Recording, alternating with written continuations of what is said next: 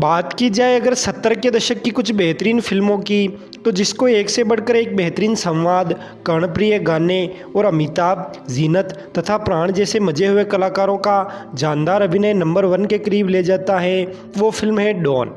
तो आज के इस बेहद ही दिलचस्प वीडियो में बात होगी उसी डॉन फिल्म के बनने की दिलचस्प कहानी की।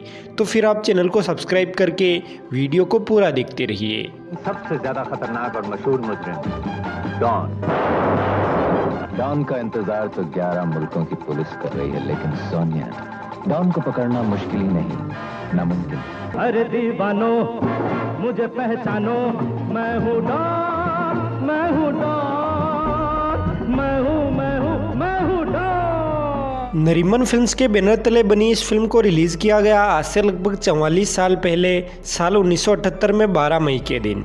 फिल्म के प्रोड्यूसर रहे 1960 की मंजिल, 1966 की फूल और पत्थर, 1968 की सरस्वती चंद्र, 1972 की शोर और 1974 की रोटी कपड़ा और मकान जैसी कई बेहतरीन फिल्मों के छायांकन यानी सिनेमेटोग्राफी का काम संभाल चुके नरीमन ए ईरानी तथा डॉन फिल्म के निर्देशक रहे चंद्रा बेरोट, जिन्हें मुख्य रूप से डॉन फिल्म के लिए ही जाना जाता है।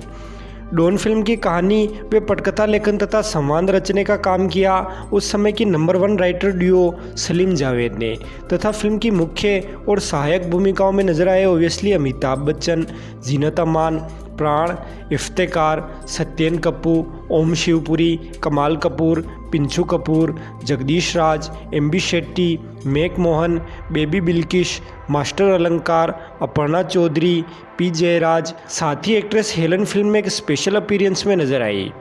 और अब बात करें अगर संगीत की, तो लगभग 55 मिनट की यानी 2 घंटे 55 मिनट की ह्यूज लंबाई वाली इस फिल्म में लगभग 23 मिनट 17 सेकंड की लेंथ के कुल 5 गाने रखे गए, जिनके मुखड़े कुछ इस प्रकार हैं।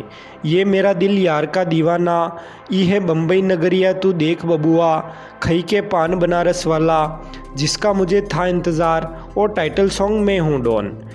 गानों को कंपोज किया कल्याण जी आनंद जी ने, और गाने ये मेरा दिल यार का दीवाना के लिरिक्स इंदिवर ने लिखे और बाकी गानों के लिरिक्स अनजान ने लिखे, और इन गानों को गाया किशोर कुमार, आशा भोसले और लता मंगेशकर ने। व्यूअर, फिल्म के संगीत को अगर ऑल टाइम ब्लॉकबस्टर कहा जाए तो कोई दो राय नहीं होगी, क्योंकि फिल्म के सारे ही गाने एक से बढ़कर एक थे। लेकिन फिर भी जो गाने शीर्ष पर रहे वो थे ये मेरा दिल और खई के पान बनारस वाला, और इनमें भी पान बनारस वाला अव्वल रहा। और अब बात करें अगर अवार्ड्स की, तो 26वें फिल्म फेयर अवार्ड में डॉन फिल्म को कुल 5 नॉमिनेशंस मिले। बेस्ट एक्टर का अमिताभ बच्चन, और अमिताभ बच्चन ने अवार्ड जीता भी। Best male playback singer Kishore Kumar for song खई के पान बनारस वाला, और किशोर कुमार ने भी ये अवार्ड जीता। Best female playback singer Asha Bhosle for song ये मेरा दिल यार का दीवाना, और आशा जी ने भी ये अवार्ड जीता।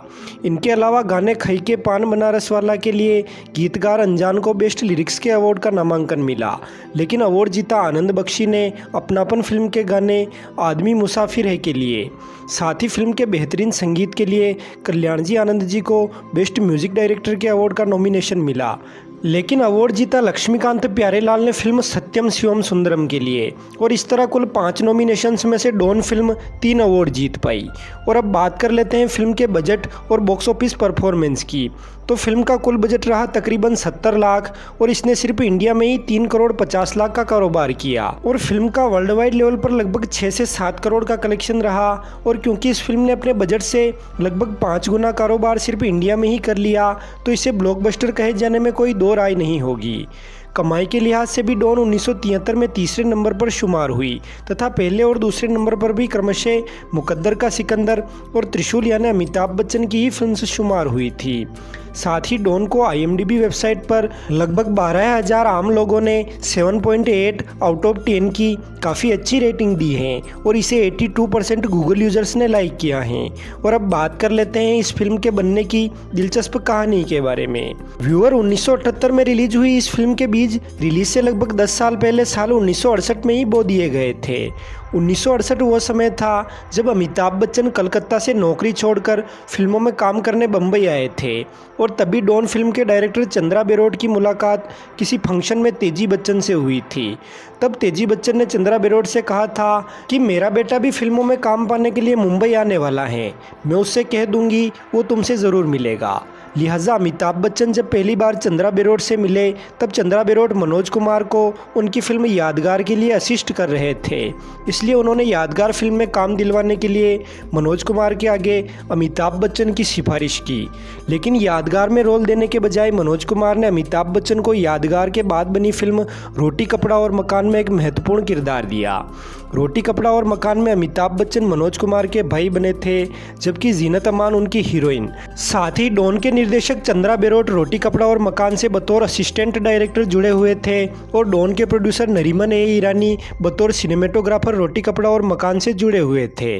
और कहा जाता है कि शूटिंग के समय नरीमन ए ईरानी काफ़ी बुझे बुझे रहते थे और क्योंकि काम करते करते नरीमन ए ईरानी से अमिताभ बच्चन और चंद्रा बेरोट तथा जीनत अमान की अच्छी दोस्ती हो गई थी, तो उन्होंने उनसे उदास रहने की वजह पूछी, जिस पर नरीमन ने कहा कि उन्होंने 1972 में रिलीज हुई ज़िंदगी ज़िंदगी नामक एक फ़िल्म प्रोड्यूस की थी जो कि बुरी तरह से फ्लॉप रही, जिसके चलते उनके सर पर 12 लाख का कर्ज हो गया है और उन्हें समझ नहीं आ रहा है कि वो कर्जा कैसे चुकाएं। और फिर ये सब जानने के कुछ समय बाद चंद्रा बेरोट, अमिताभ बच्चन और जीनत अमान ने नरीमन को यह सलाह दी कि सिनेमेटोग्राफर की तनख्वाह से तो 12 लाख का कर्जा उतर नहीं पाएगा, लिहाजा उन्हें एक और फिल्म प्रोड्यूस करनी चाहिए। साथ ही इन्होंने नरीमन ईरानी को यह भी भरोसा दिलाया कि वे तीनों इस फिल्म के लिए बिना फीस लिए काम करेंगे और अगर फिल्म ने मुनाफा कमाया तो बाद में वे फीस ले लेंगे। नरीमन ईरानी को ये सलाह आखिरी उम्मीद की तरह लगी, क्योंकि हीरो के रूप में अमिताभ बच्चन, डायरेक्टर के रूप में चंद्रा बेरोट और हीरोइन के रूप में जीनत अमान उन्हें बिना फीस के ही मिल गए थे। लिहाजा उन्होंने बिना वक्त गंवाए फिल्म के लिए एक अच्छी सी कहानी की तलाश शुरू कर दी। नरीमन ए ईरानी की पत्नी सलमा ईरानी वहीदा रहमान की हेयर ड्रेसर थी, तो उन्होंने वहीदा रहमान से सिफारिश लगवाकर फिल्म की कहानी के लिए सलीम जावेद से बात की। अब सलीम जावेद ने नरीमन ईरानी को कई अलग अलग फिल्मों की कहानियाँ सुनाई जो कि उन्होंने तैयार कर रखी थी और उन कहानियों में से कुछ कहानियाँ नरीमन को पसंद भी आई, लेकिन क्योंकि सलीम जावेद तो जंजीर के बाद उस समय के हाईएस्ट पेड राइटर बन चुके थे, तो वे कहानियाँ इतनी महंगी थी कि नरीमन उन्हें अफोर्ड नहीं कर सकते थे। लेकिन बाद में जब उन्होंने अपनी सिचुएशन सलीम जावेद को बताई तो सलीम जावेद बोले कि हमारे पास एक डॉन वाली स्क्रिप्ट पड़ी हुई है जिसे प्रकाश मेहरा, जितेंद्र और देवानंद रिजेक्ट कर चुके हैं, और क्योंकि कोई भी फिल्म मेकर उस स्क्रिप्ट पर फिल्म नहीं बनाना चाहता, इसलिए फ़िलहाल वो स्क्रिप्ट हम आपको बिना किसी फ़ीस के दे देंगे। अगर फिल्म सफल रही तो आप हमें हमारी फ़ीस दे दीजिएगा। लिहाजा बाद में डायरेक्टर चंद्रा बेरोट और नरीमन ए ईरानी ने उस स्क्रिप्ट में अपने हिसाब से कुछ माइनर बदलाव किए और उसे फाइनल कर दिया। स्क्रिप्ट फाइनल होने के बाद जब फिल्म का टाइटल रखने की बात आई तब नरीमन ए ईरानी को डॉन टाइटल ही सबसे सटीक लगा, क्योंकि सलीम जावेद हमेशा इसे डॉन वाली स्क्रिप्ट कहकर ही बुलाते थे। हालांकि फिल्म से जुड़े अन्य लोगों का ये मानना था कि फिल्म का टाइटल मिस्टर डॉन रखा जाना चाहिए, क्योंकि डॉन नाम से उस समय एक अंडरवियर बड़ी ही प्रचलित हो रही थी। लेकिन फिर भी नरीमन ईरानी को डॉन टाइटल ही सबसे ज़्यादा सटीक लगा, इसलिए उन्होंने इसे रजिस्टर करवा लिया। बाद में अमिताभ बच्चन के ज़रिए प्राण और इन सब के ज़रिए कल्याण जी आनंद जी भी इस फिल्म से इसी शर्त पर जुड़ गए कि अगर फिल्म सफल रही तो ही वे अपनी फ़ीस लेंगे, और शूटिंग शुरू कर दी गई। कहा जाता है कि जिस डीएसपी डिसेल्वा का किरदार इफ्तेकार ने निभाकर दर्शकों का दिल जीता, उस किरदार के बारे में जानकर जुबली कुमार कहे जाने वाले राजेंद्र कुमार इसे निभाने के प्रबल इच्छुक हो गए थे, लेकिन नरीमन ईरानी ने वर्दी के पैसे बचाने के लिए राजेंद्र कुमार के बजाय इफ्तेकार को चुना। दरअसल इफ्तेकार तो डॉन से पहले भी कई फिल्म्स में पुलिस अफसर का किरदार निभा चुके थे, इसलिए उनके लिए नई वर्दी बनवाने की कोई ज़रूरत नहीं थी। जबकि राजेंद्र कुमार को अगर फिल्म के लिए साइन किया जाता तो उनके लिए नई वर्दी सिलवानी पड़ती। खैर, सब कुछ फाइनल होने के बाद अप्रैल 1974 में फिल्म की शूटिंग ये मेरा दिल यार का दीवाना गाने के साथ शुरू की गई, लेकिन शूटिंग के पहले ही दिन एक विवाद ऐसा हुआ कि सभी को ये लगने लगा कि अगर ऐसा ही चलता रहा तो ये फिल्म कभी पूरी नहीं हो पाएगी। दरअसल डायरेक्टर चंद्रा बेरोट चाहते थे कि हेलन अपने हाथ में शराब की बोतल लेकर गाने का पहला सीक्वेंस शूट करे, जबकि कोरियोग्राफर पीएल राज चाहते थे कि हेलन बिना बोतल के वो सीक्वेंस शूट करे। खैर फाइनली 2 सीन शूट किए गए और अंततः बोतल लेकर डांस करने वाला सीन ही फाइनल किया गया। व्यूअर, फिल्म की लगभग पूरी शूटिंग मुंबई में अलग अलग स्टूडियोज़ और लोकेशन पर की गई थी और शूटिंग शुरू हुई थी कि कुछ दिनों बाद डॉन के पास ही लगे एक अन्य फिल्म के सेट पर खड़े नरीमन ईरानी के सर पर एक लाइट का थंबा गिर पड़ा, जिसके कारण उनकी मृत्यु हो गई। इसे कहते हैं कंगाली में आटा गीला। लेकिन फिर भी चंद्रा बेरोट और अमिताभ बच्चन सहित बाकी लोगों ने हार नहीं मानी और जैसे तैसे बजट एडजस्ट करके फिल्म की शूटिंग जारी रखी और बजट की कमी के कारण कई सीन्स में समझौते भी करने पड़े। जैसे कि फिल्म के क्लाइमेक्स में दिखाए गए कब्रिस्तान के लिए रियल कब्रिस्तान के बजाय कब्रिस्तान का सेट बनाया गया और सेट पर जब शूटिंग करने के लिए सब लोग पहुंचे तब सबने देखा कि बनाई गई एक भी कब्र पर किसी का नाम नहीं था। लिहाजा बाद में कैमरे में आने वाली कब्रों पर वहां मौजूद कैमरामैन और असिस्टेंट्स के नाम लिखकर सीन शूट किया गया। साथ ही डॉन की डेथ वाला सीन भी मोटर बाइक्स की मदद से ही शूट किया गया था, क्योंकि एक तो बजट की कमी थी और दूसरा इफ्तेकार भी कार नहीं चला पा रहे थे। साथ ही उस सीन में अमिताभ बच्चन के क्लोजअप सीन भी बाद में ऐड किए गए थे। और इसी तरह फिल्म का वो सीन जिसमें अमिताभ बच्चन जीनत अमान द्वारा की गई फाइट से इम्प्रेस होकर वो जंगली बिल्ली वाला फेमस डायलॉग बोलते हैं, और मुझे जंगली बिल्लियां पसंद हैं।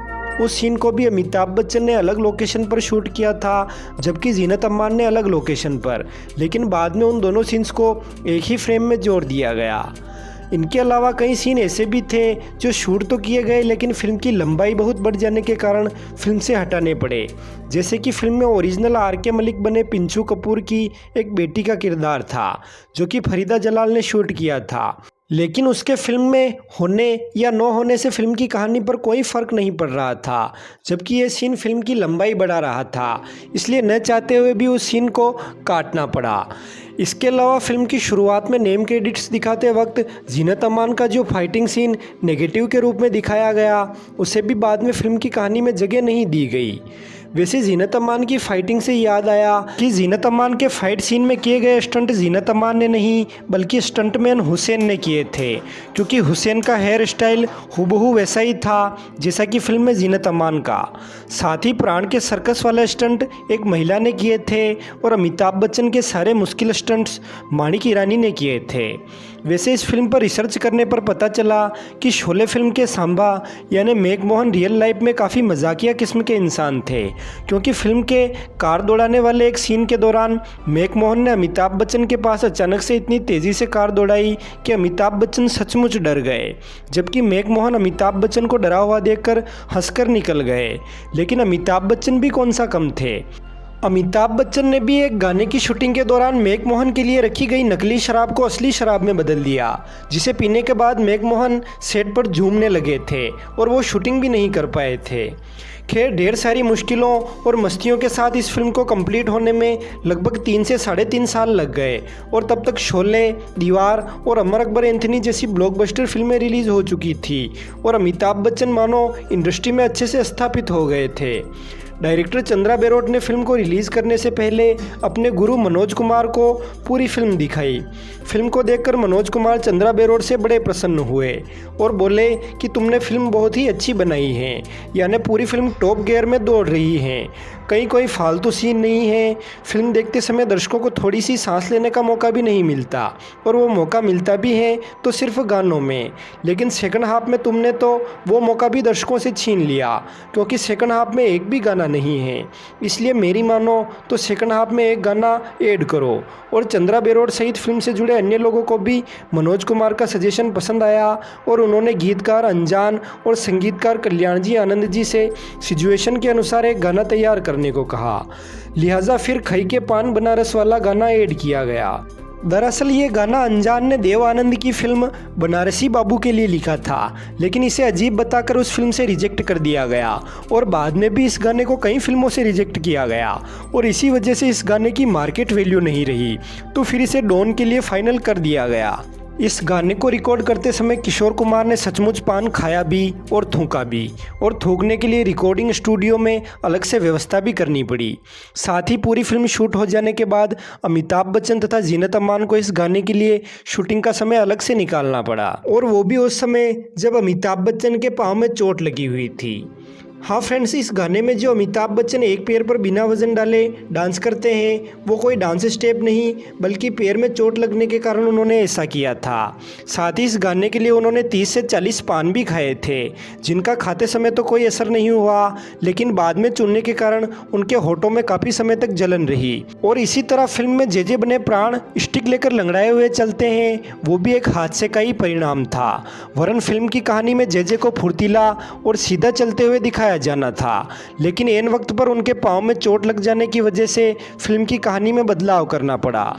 खैर, ये सब इंक्लूड करने के बाद भी लगभग 25 लाख के बजट में ये फिल्म कंप्लीट हो गई, और फिर और ज़्यादा बजट ना होने के कारण बिना किसी प्रमोशन के इसे अमिताभ बच्चन की ही एक अन्य फिल्म त्रिशूल की रिलीज़ के एक हफ्ते बाद ही रिलीज़ कर दिया गया। और क्योंकि इसे बिना किसी प्रचार प्रसार के रिलीज़ किया गया था, तो इसे पहले हफ्ते में उम्मीद से बहुत ही कम दर्शक मिले और इसे फ्लॉप फिल्म कहा जाने लगा। लेकिन जिन्होंने भी इसे देखा, उनके पॉजिटिव रिव्यूज़ के चलते दूसरे हफ्ते में इस फिल्म के सारे शो हाउसफुल होने लगे। और फिर बाद में तो ऐसा समय आया कि दर्शक फिल्म के टिकट खरीदने के लिए 2-2 घंटे तक लाइनों में खड़े रहने लगे। और उस समय दर्शकों के बीच सबसे ज़्यादा क्रेज़ था तो वो था गाने खई के पान बनारस वाला के लिए। और प्रचलित कोरियोग्राफर सरोज खान, जो कि उस समय साइड डांसर हुआ करती थी, वो तो इस गाने के लिए फिल्म के कितने ही शो लगातार देख चुकी थी।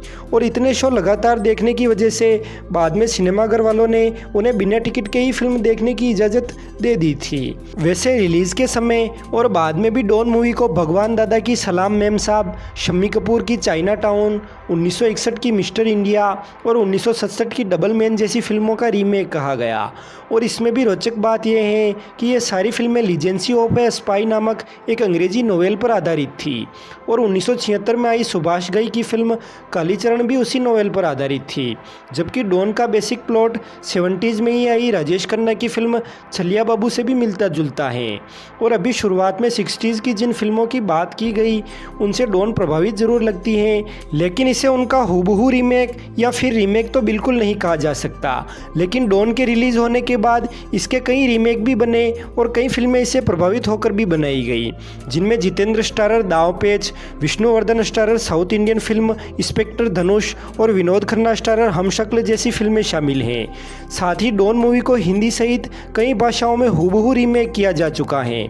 फिल्म का पहला रीमेक तेलुगु भाषा में युगांधर टाइटल से बनाया गया, जो कि 1979 में ही रिलीज हो गया। और उसकी मुख्य भूमिकाओं में NTR, जया सुधा और जया मालिनी थे। फिल्म का तमिल भाषी दूसरा रीमेक साल 1980 में बिल्ला टाइटल के साथ रिलीज़ किया गया, जिसके लीड रोल में थे रजनीकांत, और एक्ट्रेस हेलन ने बिल्ला में वही चरित्र निभाया जो कि उन्होंने फिल्म डॉन में निभाया था। बिल्ला फिल्म उस समय बड़ी हिट हुई थी और रजनीकांत को टॉप स्टार बनाने में इस फिल्म का काफ़ी योगदान रहा। डॉन का तीसरा रीमेक साल 1986 में मलयालम भाषा में शोभराज टाइटल से बनाया गया, जिसमें मोहनलाल और एक्ट्रेस माधवी मुख्य भूमिकाओं में थे। साल 1991 में डॉन को पंजाबी भाषा में कोबरा टाइटल से पाकिस्तान में रीमेक किया गया, और फिर इसे 2006 में हिंदी में ही शाहरुख खान के साथ रीमेक किया गया, जिसका क्लाइमैक्स बदलकर डॉन को फिल्म का हीरो बना दिया गया। यानी उसमें फिल्म का सीक्वल बनाने की भरपूर गुंजाइश रखी गई। और बाद में जब 2011 में इसका सीक्वल नरीमन फिल्म्स की इजाज़त के बगैर बनाया गया, तब इस पर काफ़ी विवाद हुआ था। खैर, फिल्म का एक और तेलुगु रीमेक बिल्ला टाइटल से ही साल 2009 में बनाया गया, जिसके लीड रोल्स में प्रभास और अनुष्का शेट्टी थे। साथ ही जैसे डॉन फिल्म का रीमेक हिंदी में शाहरुख खान को लेकर बनाया गया, वैसे ही तमिल में बिल्ला को भी बिल्ला नाम से ही तमिल भाषा में दोबारा 2007 में रीमेक किया गया, जिसके लीड रोल में थे अजीत कुमार। और 2011 की डॉन 2 को देखते हुए 2012 में अजीत कुमार को लेकर बिल्ला 2 नामक फिल्म भी बनाई गई। यानी एक प्रोड्यूसर को घाटे से उभारने के लिए तंगहाली में बनाई गई इस फिल्म की वजह से बाद में 9 फिल्में और बनी, जिन्होंने कई निर्माताओं को मालामाल किया। खैर डॉन की सफलता के बाद जब सबकी फीस चुकाई गई तो पूरी फिल्म 25 लाख में ही बन गई, जबकि सिर्फ फीस के ही 45 लाख रुपए हो गए, यानी कुल 70 लाख। लेकिन फिर भी डॉन का बजट उसी साल रिलीज हुई अमिताभ बच्चन की अन्य फिल्म मुकद्दर का सिकंदर और त्रिशूल से काफ़ी कम था, जो कि 1.5 से 2 करोड़ में बनी थी, क्योंकि फीस सभी ने उसी हिसाब से ली थी जितनी कि 1974 में वे लेते थे। यानी डॉन के लिए प्राण को अमिताभ बच्चन से ज़्यादा फीस मिली थी। और इन 70 लाख के अलावा फिल्म ने जो भी कमाई की वो नरीमन ईरानी की पत्नी सलमा ईरानी को दे दी गई। साथ ही साल 1979 में जब फिल्म के लिए अमिताभ बच्चन को बेस्ट एक्टर का फिल्म फेयर अवार्ड दिया गया, तब उन्होंने सलमा ईरानी को स्टेज पर बुलाकर वो अवार्ड उन्हें दे दिया था। वैसे डॉन फिल्म को लेकर आपके क्या विचार हैं, कमेंट कर हमें ज़रूर बताएं।